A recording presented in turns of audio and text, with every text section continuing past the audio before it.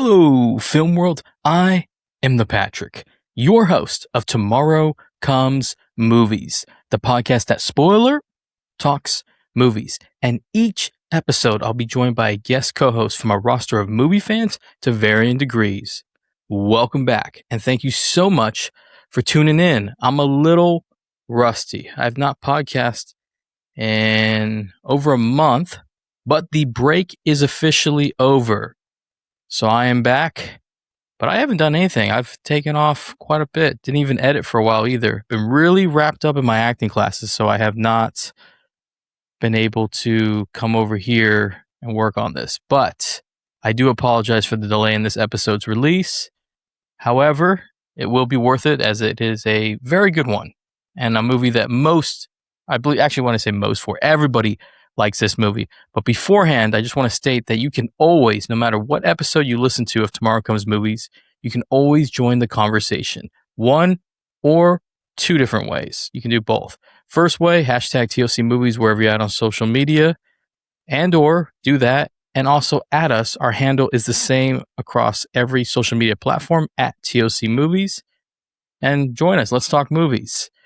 What else? Recording is resuming now that I'm off break, so I'll be reaching out to people, and there's going to be some new changes with the podcast, switching up the questions and shorter episodes. That's another thing I want to work on, and probably going to cap the themes. We're going to try to do monthly themes again because the action series has went on for a very long time, and I've had a blast with it, but I want to try to get back into doing monthly themes. So I might be capping how many people are interested in coming on. I'm just going to have like a select amount, probably one per week. So probably like 4 to 5, depending on the month. And I'll elaborate further on another episode where I'll break that down a little bit more. And what else?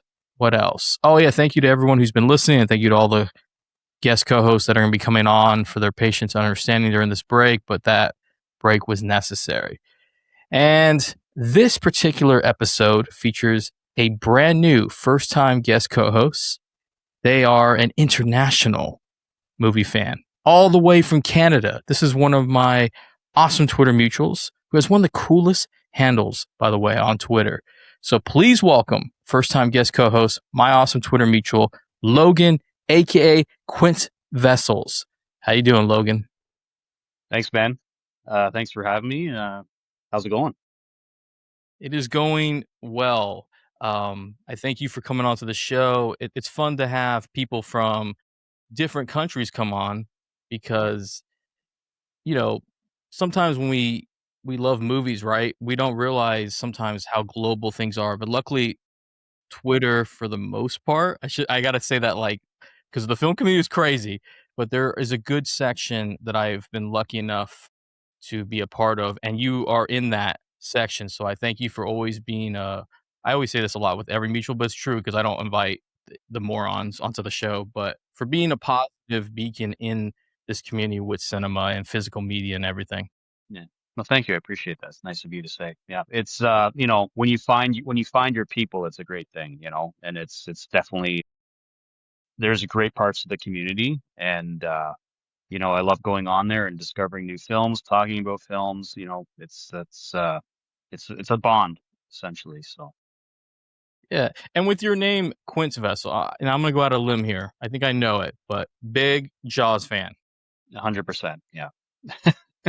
Yeah. Why do you think? Like, This is a question I did not give you ahead of time, but I wanted to ask you. Why do you think no other shark film has come close to Jaws all these years later, with all the technology, with the advancements of everything? Yet that movie is still the landmark of all shark films. Yeah. And it's 50 years old too, which is pretty wild. I mean, I think, in all honesty, if you're familiar with the production, it was a complete disaster. So the fact that the shark does not feature in the film that much was by a total, happy accident, and it created this phenomenon of a film. And I think that does play to its strengths. Whereas now, if you make a shark film, people are expecting to see a shark. Like, you know what I mean? I don't think you can utilize that approach again. So I think that is part of why it's never been equaled, and I don't ever see it being equal, to be honest with you. I just don't see how they could do it. I agree. I saw, I think last year when they brought it back, and it was still like the crowd, including myself, were really into it. And it's funny you mentioned about there's not that much of a shark. And the first movie that came to my mind was 2014's Godzilla. Because if you remember that movie, Right. Yeah. they were upset that there was not enough Yeah. Godzilla. And I wonder, do you think if Jaws had came out today, would that be a criticism with people that there's not enough shark? I think it would be actually, yeah. Like I said, if you show a giant shark on a poster, of course, I think people are expecting to see it, right? And they want to see it. And I think for its time, like I'm trying to think if there's another sort of creature feature around that era that had come out or before that time. I don't think there was. Um, but I just think, that mystery of it, like what could be there. I mean, and I'm sure you've experienced it. I've experienced it, and this is another reason why I think it's such a landmark film is that it's that universal fear of being in the water. I'm sure you've been in the water, treading water. You have no idea what's underneath you, and that's a freaky feeling, right? So, Ye yes. I once was on a boat at night in a lake, though, that was about yeah. to sink, and if this Oh, random boat did not come by, we were prepared to be in that water. I was a kid, and I'll never forget this. This is how I knew my stepdad was not a big fan of me, was my mom's like, "We gotta put the life jacket on Patrick and the dog named Bullet." And my stepdad is putting the life jacket on Bullet, and my mom's like, "What about my son?" He's like, "Hold on, let me get the dog first," which is kind of funny, which it's going to tie into this movie later. And I'm just like, "Wow!" Like, no disrespect, I love Bullet, but I'm just like, "Wow, really? I think he can yeah. naturally swim." I just learned, but luckily that all worked out. But yeah, I do think it would be a common criticism if Jaws came out, but in my opinion, it works perfectly. That's why it's still considered one of the greatest movies of all time. That's why people revere in it. The introduction. Now, this is a question I always ask people, and I know that I will randomly come up with memories. I don't expect you to know this, but I'm going to ask hmm anyway. Do you remember how we met or a specific interaction or post? And it's okay if you don't, because I have one. Um, I mean, we haven't been mutuals for that long, actually. Like, it's been recent. I'm gonna say, like, even maybe this year. It hasn't been a long, but I mean, I think we've both been in within the community for a while. Um, yeah, I don't. It was probably something to do with an action movie, maybe. I don't know. But And I remember seeing your posts and liking what you were watching. I do know that, right? But as far as a specific interaction, no. it's all good. I always ask this because I try to remember, and so far I've been lucky because there was one that I thought for sure I was gonna get the wrong person. That would have been really embarrassing. But we became mutuals right before New Year's because I went through this Okay. random period where I'm watching Chuck Norris movies. Okay. Walk, Yeah. Yeah. and I watched, I think it was Lone Wolf McQuade or Code Uh, of Silence, and yeah. you had talked about it, and then we became mutuals. Yeah, so we haven't Yeah. been long, but I like what you watch too. You also collect physical media, and it's kind of funny how like you find people like this, and you go, "Where have this Mhm. person been the whole time?" Because we're Yeah. vibing. But you were talking about the Chuck Norris films. I am historically not a Chuck Norris fan. Respect him as a martial artist, but this is gonna shock you. R.I.P. to the legend, though. I will give him his respect and admiration because once I saw Lone Wolf McQuade and Code of Silence, I understood what people were seeing with him. Yeah. But might be the least charismatic martial artist turned actor I've ever seen. I But mean, I'm not disagreeing with you. He's a little stiff. He's a little stiff in front of the camera. A little stiff. I mean, I just again, I mean, maybe it's because I grew up with those films. I'm not sure, but I do have a nostalgia sort of soft spot for them. Yeah, and to me, if you're just having a day where you're just like, I just don't want to have to think too much and watch something easy, you just throw a Chuck Norris movie on, and that'll cure that. yeah, I did like Code of Silence, and I really dug Lone Wolf McQuade. But yeah, I've kind of got used to how he is, and so I remember I was dating a girlfriend. I was dating my girlfriend at the time, and her little brother was like, "Chuck Norris is awesome." So I'm working at Target, and I went on break, and they had like this. It was during the holidays. So they had this like 18 Chuck Norris movies for $5. I said, "Whatever, I'm gonna buy it." and we put on Missing in Action. But he came out of the water in one scene with his eyes open, and I immediately was like, "The movie's over. This is a different Patrick. This is a different." I was like, "I'm done." I said, "That's absolutely outrageous." So then, when we became mutuals and I watched the movies, I've come to appreciate and understand why he was a big deal in the '80s because maybe not the most dramatic, but he plays that same character very, Hmm. Hmm. and you believe when he beats people up, you know, and he does it well. But still not my favorite artist, but it's Hmm. okay. At the end of the day, though, when you really know his background, that is one of the goats. No, it's Yeah, undisputed. no, for sure. I would agree with that. Yeah, I mean, but yeah, so that's how we became mutuals, which is so funny because if I had not randomly like watched these Chuck Norris movies, but I don't know why I was in a real weird going into 2026. I'm like, I gotta watch a Chuck Norris movie, and I'm glad I did because we became mutuals. Now, here's a question I give to everybody. Everybody's journey, the film journey I call it, is different. But what movies made you realize you love movies? I love that question because it's ridiculous to say that many times. I mean, well, obviously Jaws is the first answer. We talked about that.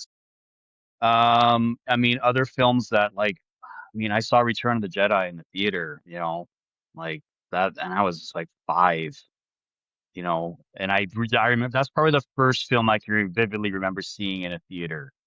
And if I'm not mistaken, I think it opened like Memorial Day weekend, 1983, something like that. Like it was around this time, and that was like, and I was familiar with Star, like, was familiar with the first two films, so like this was like, okay, what's gonna happen, right?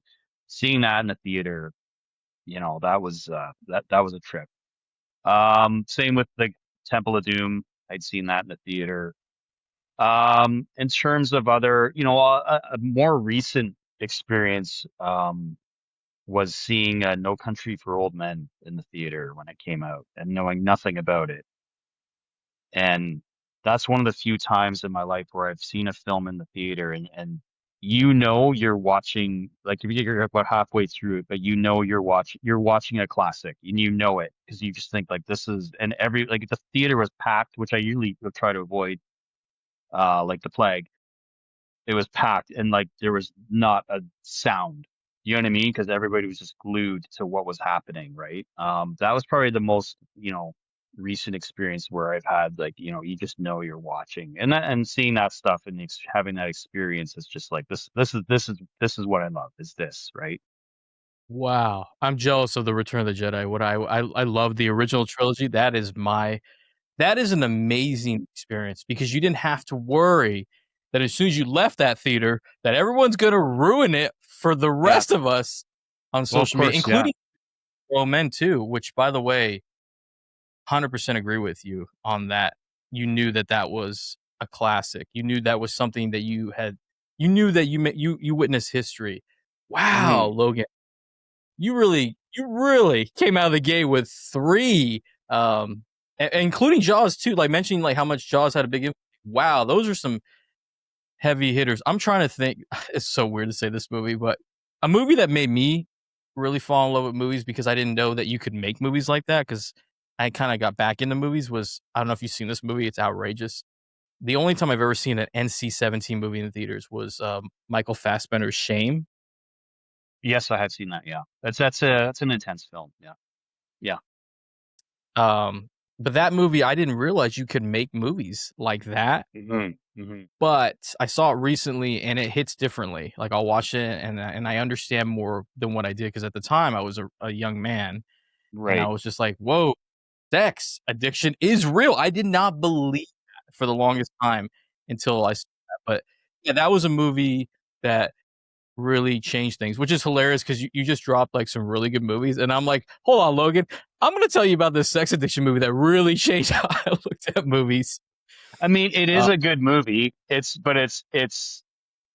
I mean, again, depending on a person's history, it could be a difficult watch. I mean, it's a difficult watch, I think, regardless. But if you have a certain history, you might find it unsettling, and maybe you won't be able to complete it. But uh, great performances. I think he might have been nominated that year for that, if I'm not mistaken. But but what, to kind of add on to your point, it's just, a film it's essentially just a character study. You know what I mean? And there's really it's no frills filmmaking. It's just we are pointing the camera at this person and they're dealing with this dilemma, right? And sometimes you have those films that are just they're like quiet dramas, but they're so impactful and so they resonate like big time. Yeah, he was nominated for a Golden Globe, but he did get snubbed, and I always think that's Okay. one of those things that I look at and I go, "Missed opportunity." It probably would have done better Yeah. now. I actually think that movie would have thrived Yeah. with social media. But what are some of your favorite this is like a 4 or 5 in 1, favorite actors, actresses, directors/writers? Actors, I like a lot of old school kind of performers. So my Warren Oates is my favorite. Robert De Niro, I'm a fan of. I like Clint Eastwood. I'm a big fan of Eastwood, both in front and behind the camera. Lee Van Cleef, Harry Dean Stanton. Who else do I? Richard Pryor. I'm a huge Richard Pryor fan. Um, let's see who else. Kurt Russell. I love Kurt Russell. Um, And in terms of, I guess, more, say, contemporary actors, I'd say my current favorite actor would be Sam Rockwell. I'll watch that guy in anything and will enjoy it. Like he's never disappointed me. Um, Woody Harrelson, I like. I mean, he's been around for about 40 years, but I mean, in terms of newer actors, I would say him. I really like his work, and he's got a very wide range of, he could do comedy, drama, like he's kind of very versatile. Uh, Viggo Mortensen would be another one I kind of throw in that category too. Very different, picks very different projects. And that guy, he could have been like a big A-list movie star if he really wanted to, you know what I mean? And especially after the Lord of the Rings, he could have pretty much had anything at his disposal to do whatever he wanted. But he's clearly chosen different, more independent based projects, and he always gives a great performance. In terms of actresses, I'm a big fan of Pam Grier. I think her impact in terms of kind of, creating that badass female character in film is can never be ignored and is immeasurable. I think her impact is, and I don't think she gets the credit that she probably does deserve for that.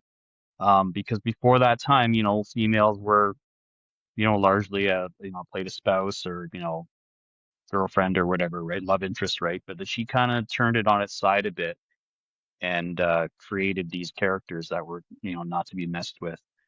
Um, who else do I like? Jamie Lee Curtis. I'm a fan of hers. I like that she's really fully embraced the horror genre and hasn't really, sometimes actors use that as a springboard to kind of break in and then just completely never go back to it. But she's proud of those roots and she's said as much. Um, you know who else I like, and it's somebody that doesn't really get I don't see anyways on film Twitter get discussed a lot, which is crazy considering they have two Oscars, is Diane Wiest. Whenever Diane Wiest pops up in a film, I always enjoy her work. Let's see who else. Samantha Morton, who actually I haven't seen much of her lately. I'm not sure what she's done, but she's always turned in really good performances, I found. Yeah. And on terms of directors, John Carpenter is probably my favorite. Clint Eastwood, as I mentioned, Scorsese, Sidney Lumet. Who else? Brian De Palma, Sam Peckinpah. In terms of, I guess, newer director, my favorite current director would be S. Craig Zahler. I'm not sure if you're familiar with his films. He did Bo and Tomahawk. He's only done 3 films, and he's actually currently filming his fourth right now in Toronto. He did Bone Tomahawk, Brawl in Cell Block 99, and Dragged Across Concrete. They're very kind of independent, intense films, but definitely worth watching. They're definitely an acquired taste, so they're not for everybody, but I've loved each one of them equally. James Wan, I like in terms of like modern contemporary horror. Alexander Payne, I like, and Scott Cooper I like quite a bit as well. I'd like to, he just did the Springsteen biopic, which I enjoy quite a bit. It didn't do well at all, but it's worth checking out, especially if you're a fan of his music. Wow, Scott Cooper. I don't think I've heard anybody ever mention. I think he did. Did he do Out of the Furnace with He did, Christian Bale? yeah, yeah, Yeah, I do like his movies. S. Craig Zoller. I didn't know the director's name for Bone Tomahawk, but a mutual of he might be a mutual of yours. Shout out to Kyle. He told me to check that out when I was going through a Western phase, and I didn't know hmm anything. hmm Oh my god, yeah, yeah. It that says, he yeah, went south quick. yeah, yeah, yeah. The more blind you go into that, the more rewarding it is. I mean, I guess it's depending on your taste, but it turns to a place where you're not expecting it to go. But I must applaud you. I heard Lee Van Cleef, who I do like. I've only seen him in a small, like, I think I've only seen him in 2 movies. One of them is the most iconic, The Good, the Bad, the Ugly, and then Yeah, I saw him in The Octagon with Chuck Norris, which I did not right. the movie, but I like I like Lee Van Cleef. Oh, he was in A Few Dollars More too. Yeah, he's a Yeah, really good actor. One that yeah, I wonder what happened because he was so talented. Yeah, you mentioned I think Harry Dean Steen too. Dean yeah, Stanton, from yeah. Paris, Texas. That movie changed how I hmm looked at it too because I was like, Yeah, what? yeah, Like, yeah. well, but you're really I admire you because you really are seeing the actors that don't get the full spotlight, and those are the hmm actors hmm that really help the big actors. Because if you think about Yeah. it, those are the actors that fill those supporting roles, hmm and hmm without them, you know, a lot of these movies don't work, but yeah, it's good to see Yeah. some smaller directors or not as well known actors and actresses that you mentioned too. You mentioned Samantha Moore, and I haven't heard that name in a long time. Yeah, Uh, I don't know what happened. Like like remember when Minority Report came out? I thought, okay, like now she's in a Spielberg movie and that made a lot of money. It was very successful. And then but again, she could be one of those actors that just they want to do more independent projects that interest them as opposed to, doing big budget blockbusters, right? So I haven't seen her in anything in a while, but I'm sure she's still active and working. It's just but some of her early work is really impressive. yeah, I think the last thing I seen her in, I think she was Alpha in The Walking Dead. I think that was the last Oh, time. okay. Yeah.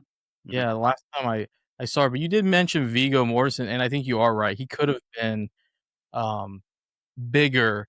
And I bring this up because I know people don't like this movie, but I did interview one of the supporting actors for the Oscar-winning film Green Book with Mahershala Ali and Vigo, and he broke down some things about Vigo that was very interesting about the preparation, and then also he really likes to smoke apparently. But what a phenomenal hmm actor too! That yeah, I mean, could have been a big actor, could have been in that same hmm conversation with Daniel Day-Lewis. I mean, they're hmm just different.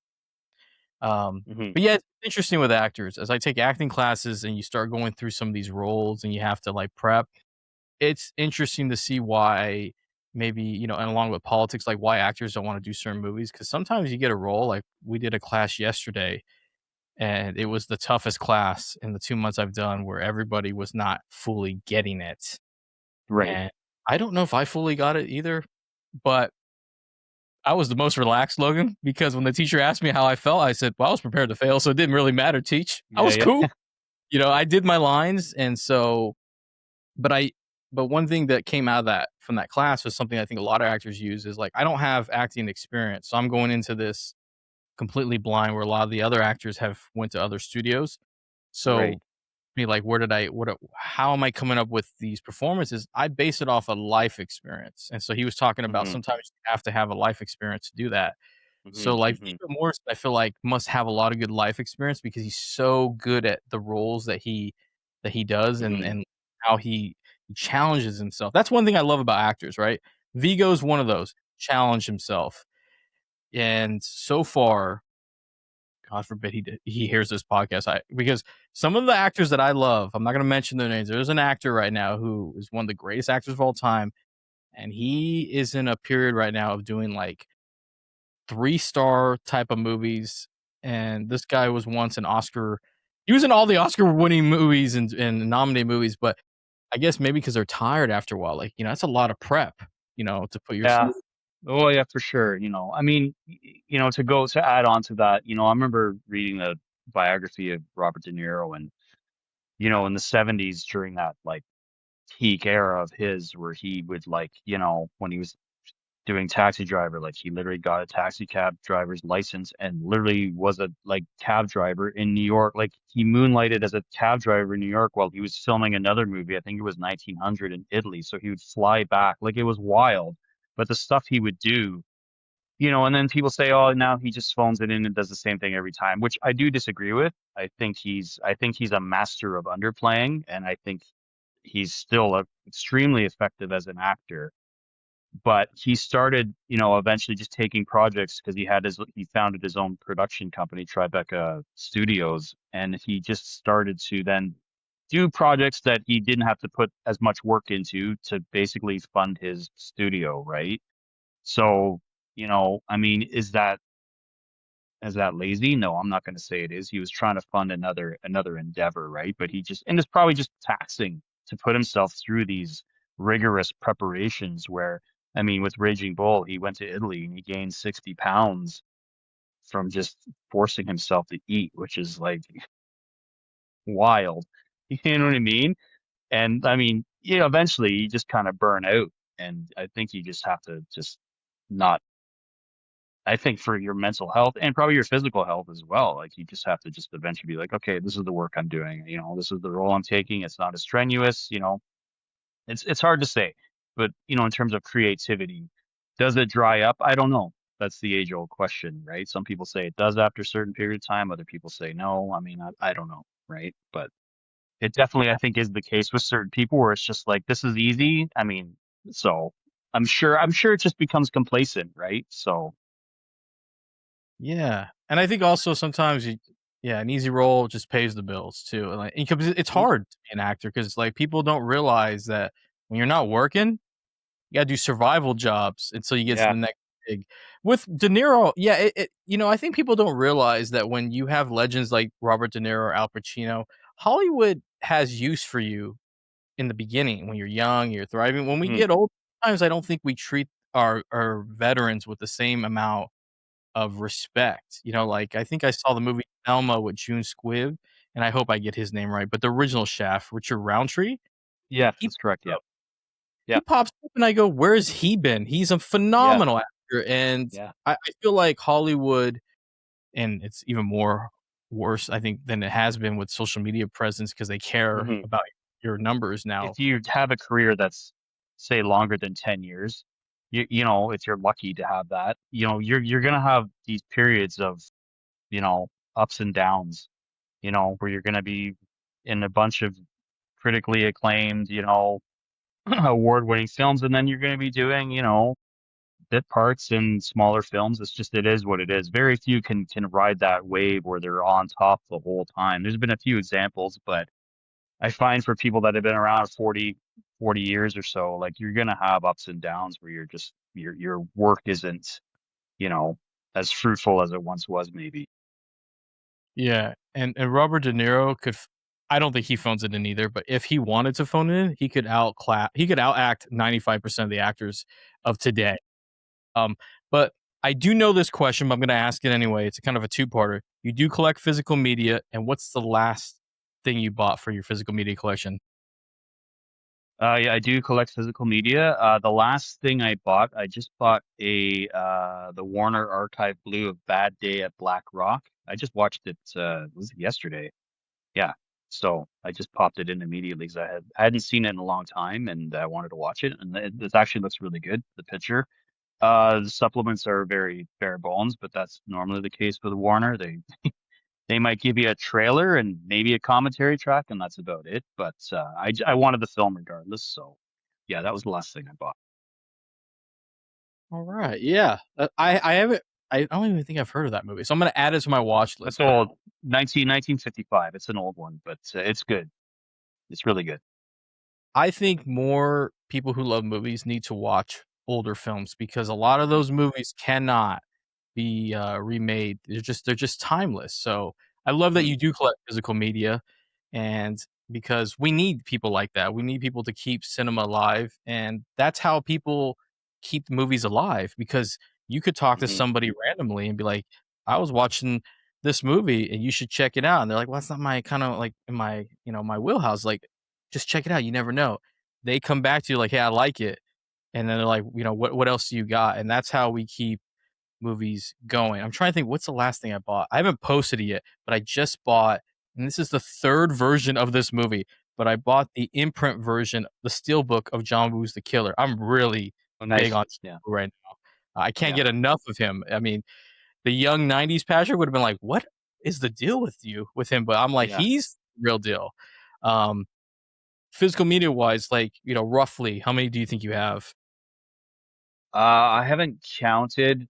I'm gonna say five, 600 maybe around there. I could be way off, but if I had to take a guess, that would be my guess, somewhere around there. Not like a crazy amount, but not like a little stack either. So somewhere kind of in between. But yeah, I'd say five to 600. I'm gonna guess. Wow, I love to hear that. Now, speaking of physical media, I'm gonna give you a list of boutique labels, and you tell me which one is your favorite. And these are the choices: Arrow, Kino Lorber, Vinegar Syndrome, Shout Factory, 88 Films, Criterion, and Umbrella Entertainment. Uh, so for me, uh, I'm a big supplement guy. Like I love supplemental material, and Criterion's got great supplemental material. You know, like they are, they're probably the champion of boutique labels, I would say. But I do think it's for a good reason because they're supplemental material. Like you'll put in a disc and it'll have some obscure documentary that was filmed for TV like 40 years ago that you would never be able to find. It wouldn't be on YouTube or anything like that. So they dig up these bonus materials from where I don't know. So I would have to say that they're probably my favorite. I do like Arrow Video quite a bit as well. They have some good supplemental material, whether it's just through interviews or what and commentary tracks. Uh, and if I gave a third place, it would be Shout Factory. I just like the catalog that they have. Criterion, I have to say, I don't really get into the supplements, but I should Right. because there's a lot going on Yeah. in Yeah. supplements with all the labels, but Criterion has a lot. With Criterion, though, I gotta ask you, there's Hmm. a thing going on with Criterion where it is a prestigious label. They're preserving movies from across the globe through different, decades. But when certain movies get added to the collection, people seem to be they get a little snobbish. I'm gonna mention two, and you tell me what you think. But two movies that really shook up Criteria. Yeah, it's so funny. You'll see. I told you I'll ramble and I'll throw out like random questions here. Anora and the upcoming K-pop Demon Hunters. Why are people like? Do you think they belong in the collection personally for yourself? And why do you think people are so upset about them being there? Um, So I haven't seen K-pop Demon Hunters. I did like Honora a lot, and I didn't think I would. I thought, okay, I'll watch this. This is nominated for a bunch of Oscars, and I really enjoyed it. It was one of my favorite films from that year. Um, Now I think the thing that surprised people is that it just immediately went onto Criterion.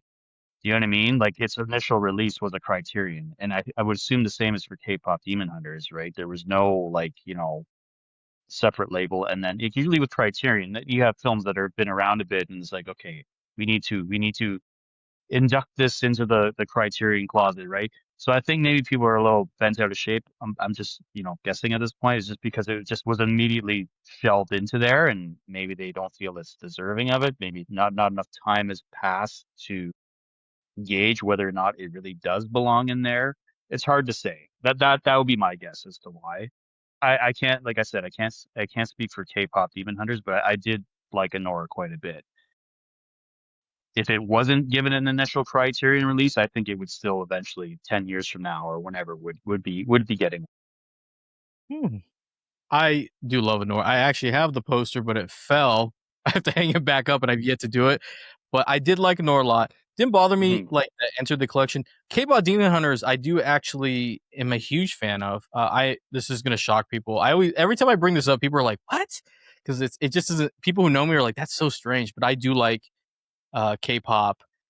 Um, and when I saw the movie, I was initially not looking forward to it because I was concerned that it wasn't going to be a good representation. Boy, was I wrong. It's a very good representation, and I believe it's fine with being in the Criterion Collection because one, it's going to bring money to the label, but two, there is a cultural significance because there's a lot of stigmatism about subtitles and different cultures. Like people who are from one culture don't want to watch something from another culture, they can't understand it. But I seen K-pop Demon Hunters twice in theaters, and I saw a lot of kids, a lot of singing. I didn't really want to hear that, but I was happy about it because you could watch that on Netflix, and yet all these families are here singing the songs from different walks of life. That is a big deal because Hmm. not many movies culturally can do that, especially in a Korean, Yeah. focused movie. And so I remember watching the discourse and going, "We should be celebrating this, to be honest. Whether you like the movie or not, it's gonna make money for Criterion." But truth be told, isn't it kinda cool that we're seeing movies from different countries Hmm. have that in the forefront are having such a profound impact that the kids are singing these songs, they don't care that some of it's in Hmm. Korean, Hmm. they're rolling with it, and I think that's a big deal. I mean, listen, there's gonna be some people that would argue about Wall-E being in that Criterion Collection, but that is another movie that has I think is becoming true, to be honest, all these years Yeah. later with what Oh, they're it's doing. yeah. Considering it's almost 20 years old, and that I so a little tidbit. I'm not a big animation fan. I don't know why. Um, Not to say I wouldn't watch anything, but Mm. Wall-E would be one of my favorite films of all time. So, I mean, and again, that's one of those films where I just like, oh, okay, it looks interesting. Let's go watch it, and I love it, and I think it's a brilliant film. It's my favorite. It's my favorite animated film. My favorite Disney film. Like, I think it's brilliant. So there is hope for people that think they don't like animated films. You never know what you're going to watch, and it can be, life changing. But like, yes, at the same time, like to echo what you said, you know, at the end of the day, any physical media is good. It's a win, right? Because think of all these films that have never gotten a release, and or maybe had an initial VHS tape, and maybe a DVD, but have now just become extinct. I think anytime we get a release of something, it's a win. So, and whether or not people, I don't know. I don't know what to tell people to think that, it's a bad thing that for it being exposed to different cultures. That Yeah. that's a concerning trait, I think, of a person if that's a major concern for them. You know what I mean? Like there's some bigger things happening right now in the world. So maybe it's not let's not have a meltdown over this. Yeah, I mean, like, maybe 10 years ago, I would've watched, movies from different countries, but, like, they would not have the impact that they do now. Because I look at movies like, Parasite, K-pop Right. Demon Hunters, Cure, I mean, The Untouchables, a French film that had a big impact on me, Hmm. Hmm. or like, Seurat, I'm probably not saying that movie right. That was another one, or, I just saw actually Alpha, that was another one I just saw too, and I'm like, I find myself looking at these movies and going like, maybe I don't know the language, but or maybe I don't know as much, but I'm learning, and I'm like, these movies showcase why. And being from America, I think this is hard for a lot of people. I always talk about this, but the world has caught up to us in the world of film. And I think sometimes they Hmm. are beating us because they were influenced by a lot of the movies we made, and then they make these movies that are becoming better than what we're doing. And it shouldn't be a competition, but what I'm saying is we should be grateful that influence around the world has continued because American filmmakers are looking at those movies I mentioned and be like, "Oh, I want to make a movie like that." And animation, actually, I was with you. I didn't really understand animation for a long time, and then I got into Japanese anime, which led me to Hmm. more animation movies, and now I love it, and it's become a whole thing. And so, and also, I agree with you on No, Wally. I. And I was like, "What's the big deal?" Went to go watch it, and I'm bawling my eyes out because I'm like, "Oh Mhm. my god!" While also being terrified that I have a cockroach phobia, so I cannot fathom. that your friend is a cockroach because it's disgusting. Like it is absolutely. But yeah, and I think I love that you brought that up, and I think that's what comes with age. I think when you're younger, you're a lot more snobbish. You're a lot more. You think you Hmm. know Hmm. movies better than all of us, and then Hmm. later on, you go, "You're the biggest idiot in the world. You thought that that movie was so bad. Trust me, it is Yeah. not." And I think that's what we see more on social media is a lot of the younger film fans have the platform that you and I didn't have originally, which I think Right. is a blessing in disguise.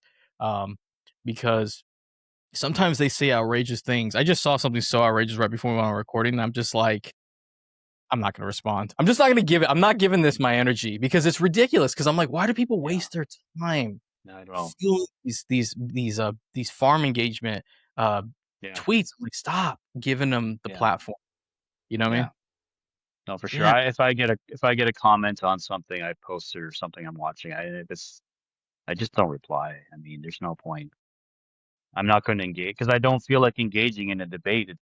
So, not to sound preachy or anything, but like in terms of like everything, all this that we're talking about, film, music, visual arts, it's all subjective, and it doesn't matter what, if it resonates with the viewer or the person who's listening to it or whatever, then that's enough, right?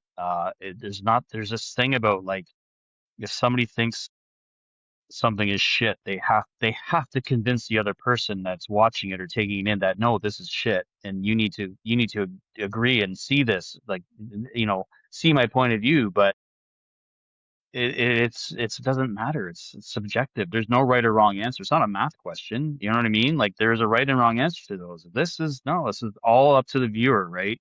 And all to interpretation. And we've all lived different lives and had different experiences. So certain things may resonate with others more than I think it just comes down to that. Like, just being able to understand that, some people will, like a film that you don't care for at all. And that's fine. It has no bearing on you or your life, you know, scroll by and go find something that you would like to watch and entertain yourself, right? I mean, it's just I don't know. I see some of the discourse in certain communities and with certain members and based on certain films and whatever, and it's just I don't know.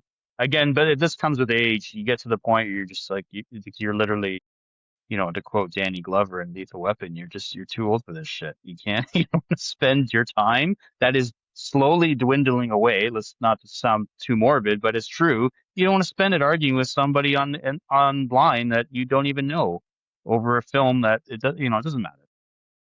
Anyway, rant over. Rant over. I no, Logan, I have the utmost respect for you. This is what I want to hear. And by the way, love the Lethal Weapon because I have saved in my phone whenever something drives me nuts. I have the I'm getting too old for this shit because that's how I feel. Yeah. So the Yes. last three questions. Here we go. What are some Hmm. of your favorite action movies? Oh wow. Well, Die Hard. Die Hard with a Vengeance. Uh, Predator. RoboCop. Um, First Blood. I mean, the whole Rambo franchise. I'm a fan of. Um, Death Wish. I'm a fan of that franchise. Road Warrior. Mad Max Fury Road. Um, The Warriors. It's a little bit of old school one, but it still applies. I mean, Blood Sports. I could go on and on. That Seagal run from like 88 to 92. I might even extend it to like 95 maybe. But anyway, that whole run, yeah, yeah. I mean, action is probably my favorite genre. If I was hard pressed to answer to pick my favorite film genre, it would probably be action. It's the one I've watched the longest, and it was the one that I really started kind of getting into as a young film fan. And I grew up in that peak era too of, Chuck Norris and Van Damme and Seagal and Stallone and who and Schwarzenegger, of course. Yeah.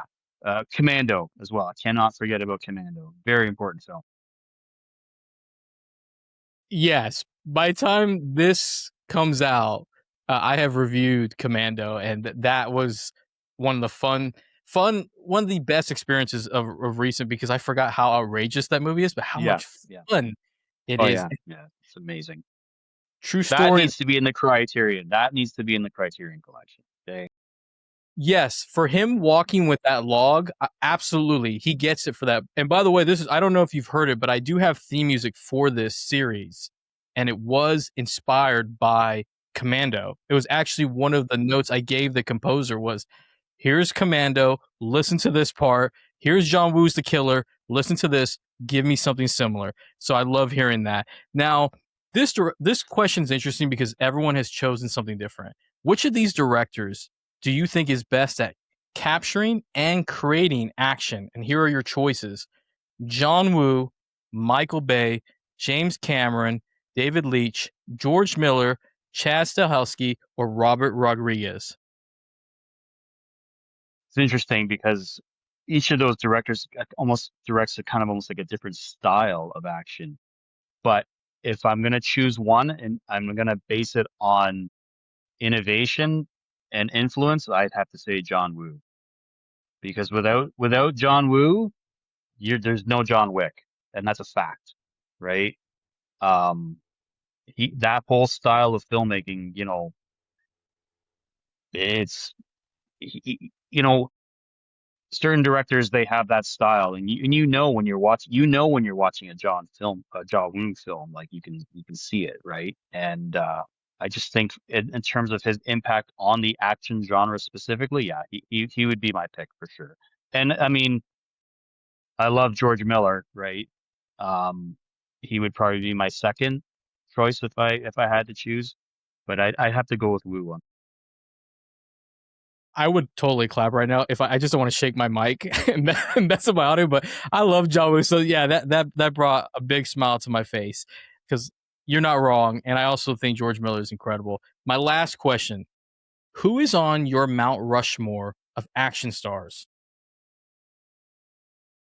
Uh, I'm gonna give you some kind of perhaps offbeat answers to this, and I'll explain. So I would put Clint Eastwood on there. Now I know some people might say, well, he's not an action star, but for me, prior to the late '60s, early '70s, the action genre as we know it wasn't really labeled as such. So action films were basically war films and westerns, really. So, including that into the, action umbrella, war films, westerns. So Clint Eastwood would be on there.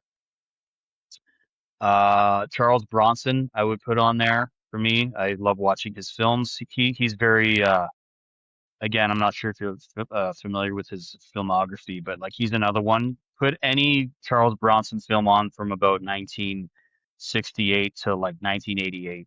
And if you want an easy watch, something to watch on a Saturday morning and just, you know what I mean, turn your mind off and it's, solid action films. And he made a ton in that period. It's pretty staggering the amount of films he made in that time. So Charles Bronson, I would put Stallone on there for me. I'm a big fan of Rambo. Nighthawks, which is a bit of a kind of a more of a.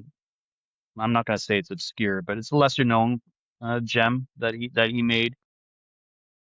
I mean, he's made countless others. I even I even enjoyed his Judge Dredd. Uh, I'll admit it. Yeah, I did. Cliffhanger, great film. And you know who I'd pick my fourth actually would be Jason Statham. I'm a Jason Statham fan, and this run that he's on right now, it's I'm here for it.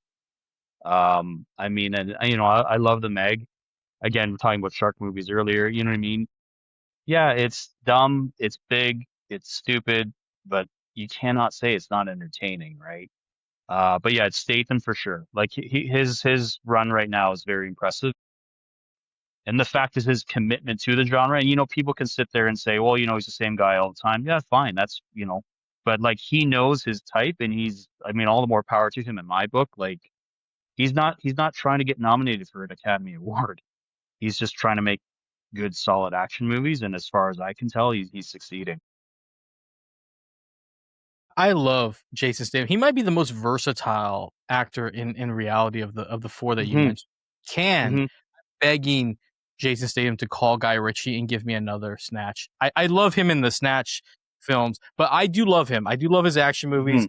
I do sometimes wish he would do maybe one different movie just because, like I said, I think he's really talented. Like if you see some of the other done, he's very good with humor, and he can Yeah, act. But I'm not going to disagree with you. I love his action movies. He puts one out, I'm showing up. I've always loved yeah, his yeah, movie. yeah. Stallone, iconic.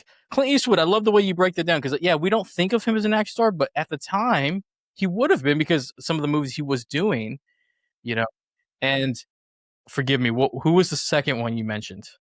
Bronson, Charles Bronson. Bronze. So I Yeah. saw Death Wish recently, and that was badass, especially at the end. That is one of my favorite iconic shots. I need to watch more of his movies because I've always loved. He's part of one of my favorite movies of all time. Is The Great Escape, Hmm. phenomenal. And Hmm. yeah, I love action movies. A lot of his action movies have been remade. I think Jason Statham did a couple of them, and Bruce Willis, but Death Wish, his version, I've only seen, and that was good, so I'll have to watch that. I love your Hmm. mount because I was not expecting that, and I'm gonna do it off the top of my head. I should have prepared. I gave you the questions, and I was just like, "Hold on, I'm just gonna do it on the top of my head." This is gonna shock you, but he just recently would end up on my Mount Rushmore, but I'm a Chow Yun Fat. I'm all in Hmm. on Chow Yun Hmm. Fat. I don't know what happened with his American debut run. It was not very good, but he was on fire. I think he has a movie called City on Fire, actually. Yeah, he was on another level. So I would put him because it's hard to top Hard Boiled and The Killer and A Better Yeah. Tomorrow. And yeah, he would be on there. And I'm gonna be generic, but it's kind of hard to beat the three big ones here for me: Stallone, Schwarzenegger, and Willis. Because even if I like certain other actors more, without those, in my opinion, without those four actors killing it in the '80s, we're not getting all the top tier action movies that we're gonna get later on because they set the template. And Oh, for so sure. yeah, but I love your Mount Rushmore because I was like, wow, like I was not expecting that. I mean, initially when I first thought of it, like when I first saw the question, I thought, okay, yep, Stallone, yep, Schwarzenegger, yeah, Chuck Norris, probably Jean-Claude Van Damme. But then I'm then thinking about like whose films do I watch the most of? You know what I mean? And I realized no, it's not those, well, Stallone, but the other three. No, I'm not. Hey, I love Arnold, but like I don't know. I watch the other, the other actors I mentioned. I watch their films more. But Bruce Willis is a great shout. I mean, he's made, some iconic films. I would say probably Die Hard is probably my favorite action film of all time. I just love the mix of action and humor, which also is present. Not to keep harping on Commando, but Commando was Die Hard was originally supposed to be a sequel to Commando. Same screenwriter, Steven D'Souza.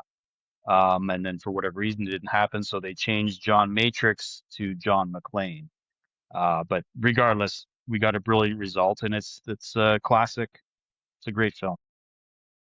Yeah, and I mean, and then Bruce Willis became the star. So yeah, Hmm. thank God Commando 2 did not happen. But that concludes the But introduction. Now we're moving on to the actual movie review. Now this is part of a. It was supposed to be a monthly theme, but looks like it's going to be a 2 monthly theme because everybody wants to do this theme. It's called Tomorrow Comes Movie Podcast presents Woo. Now that's what I call action.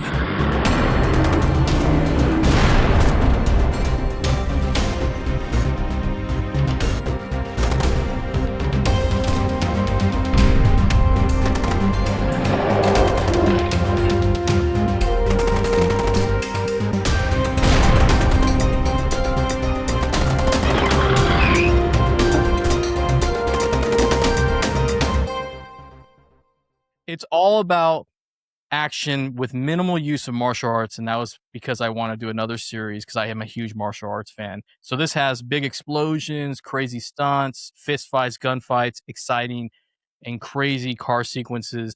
And we're going to be reviewing John Wick, which I for sure would have thought that would have went first. It did not. So I'm glad that you picked it because I was convinced.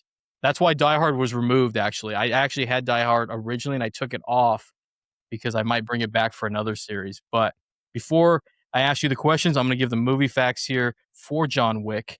It came out. I can't even forget this because you're about to find out what I thought of John Wick in the beginning when the young Patrick was acting in 2014. It came out October 24th, 2014. It's directed by Chad Stahelski and written by Derek Kolstad. starring Keanu Reeves, Willem Dafoe, Ian McShane, Lance Riddick. Man, there's a lot of people in this movie. I'm probably going to say his name wrong, and I should know this because I'm a fan of him. Nyquist, Alfie Allen, Ian Winters, and John Leguizamo. And the synopsis of this film is a retired hitman who just lost the love of his life experiences a home invasion where he is robbed and dealt another traumatic loss that sends him down a path of revenge. Now I'm gonna look over here, and I have to remember to say this because some people don't watch the YouTube version. So as I'm looking over here, just remember, if you're listening to the podcast, I'm looking at you. If you have not seen John Wick, I don't know where you've been since 2014, because I can't imagine that there's a person on this earth that has not seen it. But if you haven't or need a refresher, press pause here, go press play over there, and then come back. Or don't. I'm pretty sure you know the gist of this movie. I basically just told you in the synopsis. Are you ready, Logan? I am ready. Let's talk movies. So when I gave you the list of action movies, why did you choose John Wick? I mean, it's one of my favorite franchises, and it's a film I know well, and yeah, I think it's in terms of the action genre, it's hugely influential, and especially in this modern era of action films. Um, and I just thought it'd be fun to talk about, really. I'll be honest, I it's one of my favorite franchises, but when it came out in 2014, I remember looking. Young Patrick was on another level with his snobbish. I saw that trailer and I looked over at like who I was with, and I'm just like, that looks ridiculous. I'll watch it. I love action movies, but I'm like, this looks like it's gonna be low tier. What a moron that Patrick version was! Because when I saw that movie, oh boy, did I feel like a moron. But I'm glad that you picked it, because I do think this is a movie that most people associate with like greatest action movies. So getting into the review, you rewatched John Wick, and this is kind of like a two-parter if you can think about it. If you can remember when you first saw it, and plus your rewatch, but what were some of your first impressions of the film John Wick? So I went and saw it in the theater when it came out. I mean, at that time, it was basically an independent film. So there's a theater. I was living in Toronto at the time called the Varsity Cinema, and it's known for playing more like independent slash sort of art house films. And it was actually screening there. Nobody was there. It was a very small release. I watched it and I loved it immediately. I hadn't seen anything quite like it before. The fusion of sort of Eastern film influences, but particularly martial arts, and into a standard, you know, action film, like very stripped down narrative. It's like it's the ones I had seen before growing up, you know what I mean? Like from the late 80s, early 90s, but with a bit more, I think there's a bit more layers to it.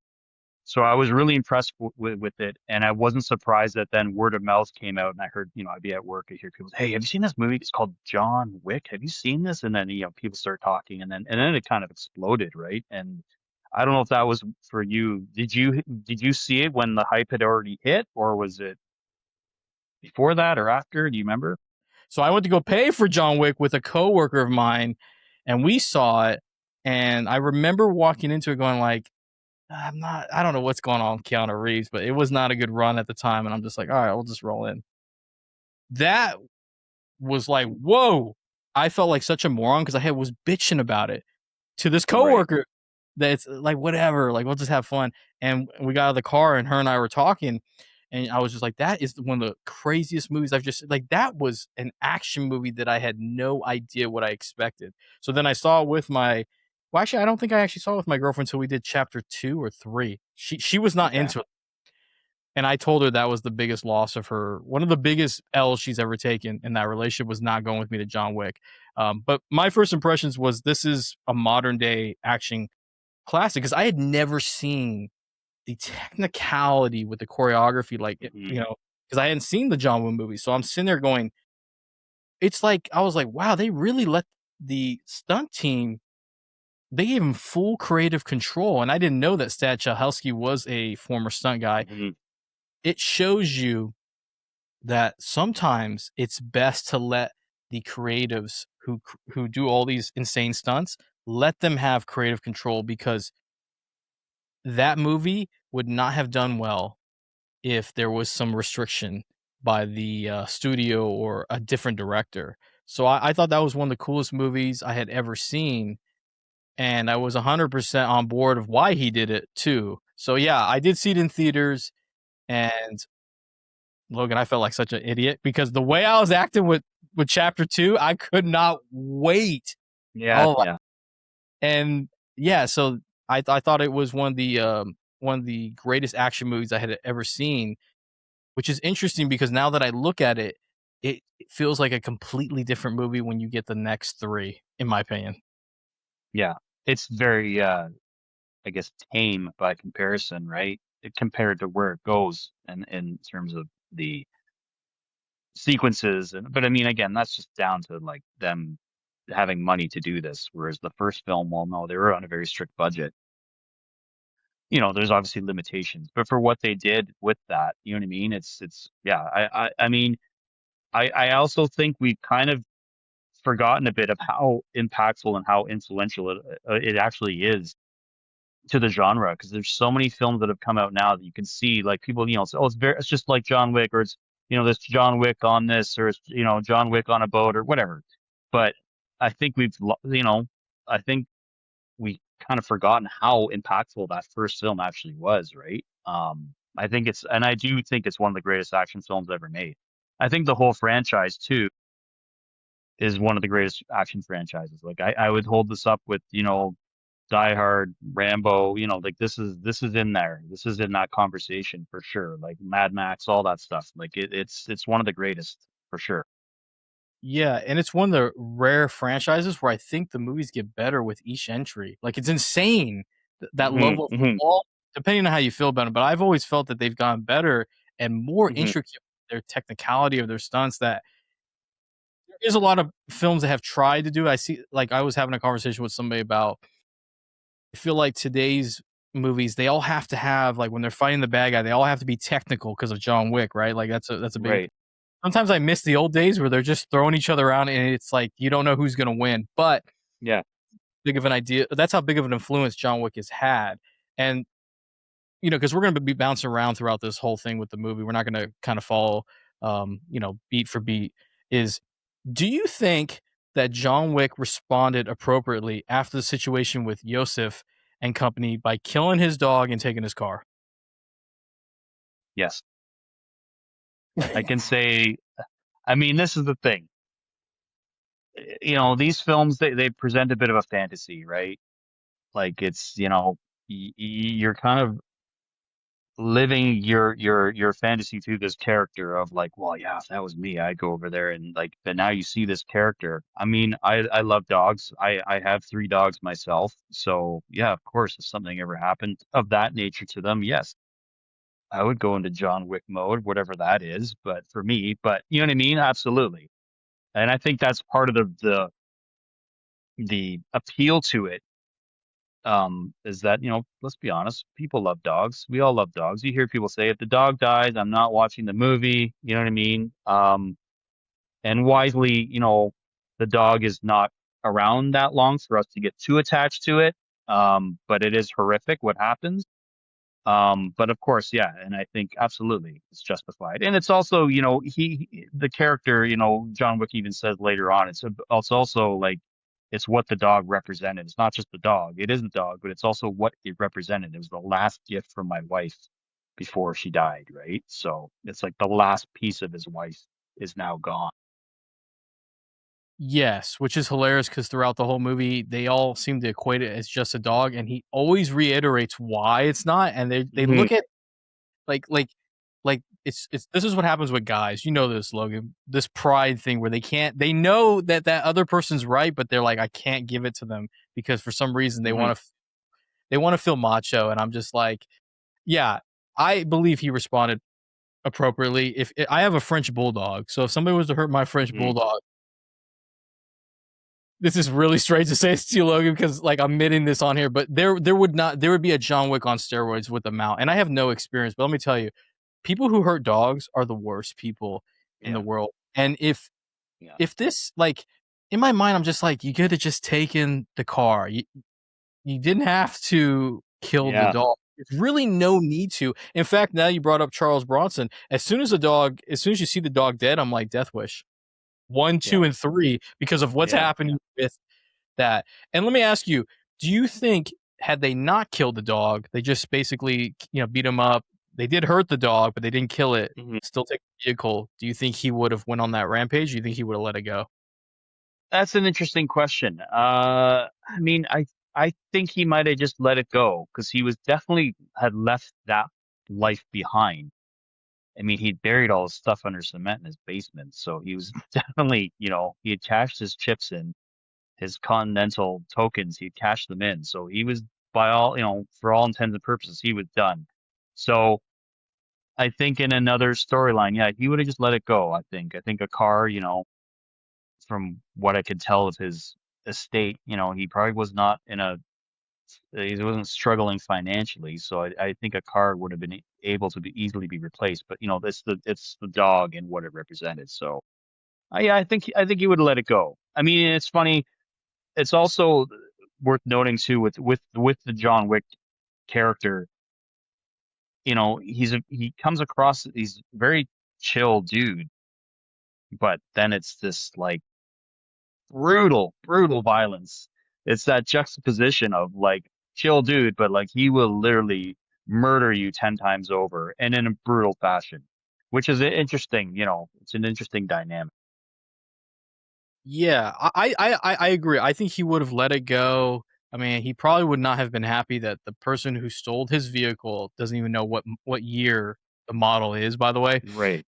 I think he would Yeah. have let it go. I think he could have just got a gold chip. He would have hit up Aurelio and be like, "I need another vehicle." But like the fact that you had to take it one step further because he knew Russian and he knew you were calling him a bitch, so he responded back, and so Yusuf gets in his feelings, and so yeah, I always wonder that. But I mean, I guess in my situation, if I'm somehow I don't know how I'm convinced to do this, I don't know if I'm going with Yusuf and company. I'm like, you know what? I'm one of those people, Logan. I think of every scenario before I go into a situation because I want to Hmm. make sure I'm not going to have to deal with something in the future. And so if I think something's not going to go well for me, I'm not doing it. So yeah, I always want to ask that question. I mean, if he doesn't kill the dog, we get no movie, right? But Right. I would have been happy for him because what he had to deal with, like all the things he's doing in this movie while grieving the loss of his wife and the dog. I mean, he did pretty well for being, in the zone. Like I said, he's a man of focus, they said. And it That's was right. interesting to see what he does. Now, on terms of John Wick, what are some of the like certain things in the movie? Like, what are some of the highlights for you? I mean, I love the lore of the character. They talk about, when it's revealed, like, I saw him once kill 3 men in a bar with a pencil, and these things like this, and these stories, and I had read after I'd watched it, initially, the character Vigo, is talking about how when John wanted out, he gave him an impossible task. They don't go into it. Apparently, in the original screenplay, they were going to show this whatever, like they were going to go like a cut, like a flashback to this impossible task, but they wanted to leave it more as a mystery as to like what did he do to get out of here, which I prefer. As it to me is way more effective. It's this lore of this person that like you hear all these things about this. It's a legend, right? It's a legendary status. So I love that aspect of it. And it's like, well, and the people that don't know are like, well, who cares? We'll just grab some guns and get a crew and we'll just kill him. What's the problem? But it's like, no, you don't understand. You don't. This is a guy you don't mess with, and you see it. When they drop the car off at the lot and with Aurelio, played by John Leguizamo, and he's like, whose car? If he knows the car, he's like, where did you get this car? Right. And he knows, he's like, get it out of my shop. I want nothing to do with this. And it's interesting when it's a very subtle moment, but when John goes to the lot to talk to Aurelio, when he walks in, if you rewatch the film, you see the other mechanics in the garage, they stop. When they see him walk in and their eyes just follow him as like, that's him, that's the guy, right? So I love that lore of this ultimate badass, but we don't know specifics, but just, I mean, maybe a little bit, but just like, no, this is the guy, like you do not, if you cross him, you will not survive. You don't win this. You don't win this battle. So I love that aspect to it. I love the look of it. I think it's worth noting for a first-time director from Chad Stahelski that like it looks great. It's a lot of great shots, a lot of great uses of shadows and colors. You know what I mean? For a first-time director and for an action film, you usually don't see that sort of lensing or framing. It's just more just kind of okay, we'll just point the camera here and just shoot this. So there's definitely, it has a sense of style to it. You know what I mean? A visual style, which, I think adds another layer to it. Like, and that's what I was talking about before. I think it's more layered, more layers to it than your average action film. You know what I mean? I think it's at a bit higher level, right?